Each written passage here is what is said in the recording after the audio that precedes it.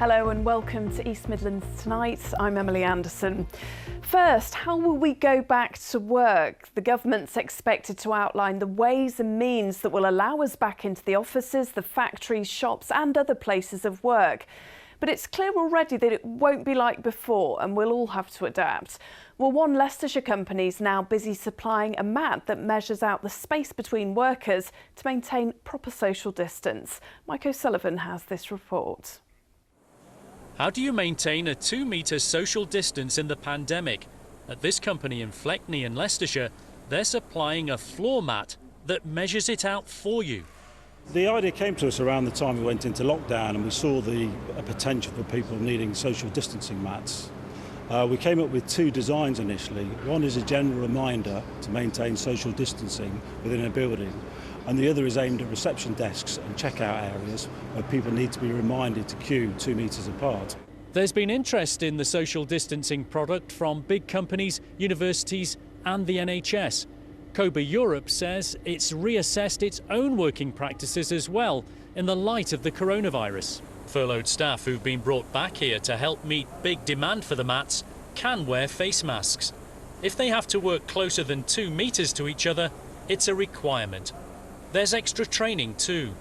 We have an internal training video which people have to complete prior to starting back at work. There's competency-based questions at the end of it. We expect them to get sort of 90% in that before they're allowed into the workplace. Concerns obviously are around still catching the virus and making sure that that organisations have got all the risk assessments in place to mitigate those risks. The key one of those being social distancing, which is clearly worked in terms of the nation's approach to the pandemic. And so trying to then replicate that social distancing within offices, factories and workplaces in order to give people the assurance that those measures that have helped us through the pandemic are still in place whilst we go back to work. And I would say it's probably impossible to write guidance that will cover every eventuality. So it's about taking a workplace by workplace risk assessment to provide proportionate controls which are appropriate for that set of workers. A one-way system in the building, staggered starts and breaks are among the measures at the company, as the government prepares to issue guidelines to get more businesses back to work.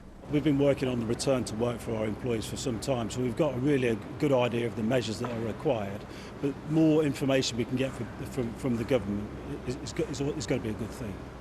Staff are also making face shields for free for the NHS after answering a call from Leicester Grammar School. Mike O'Sullivan, BBC East Midlands Tonight, Leicestershire.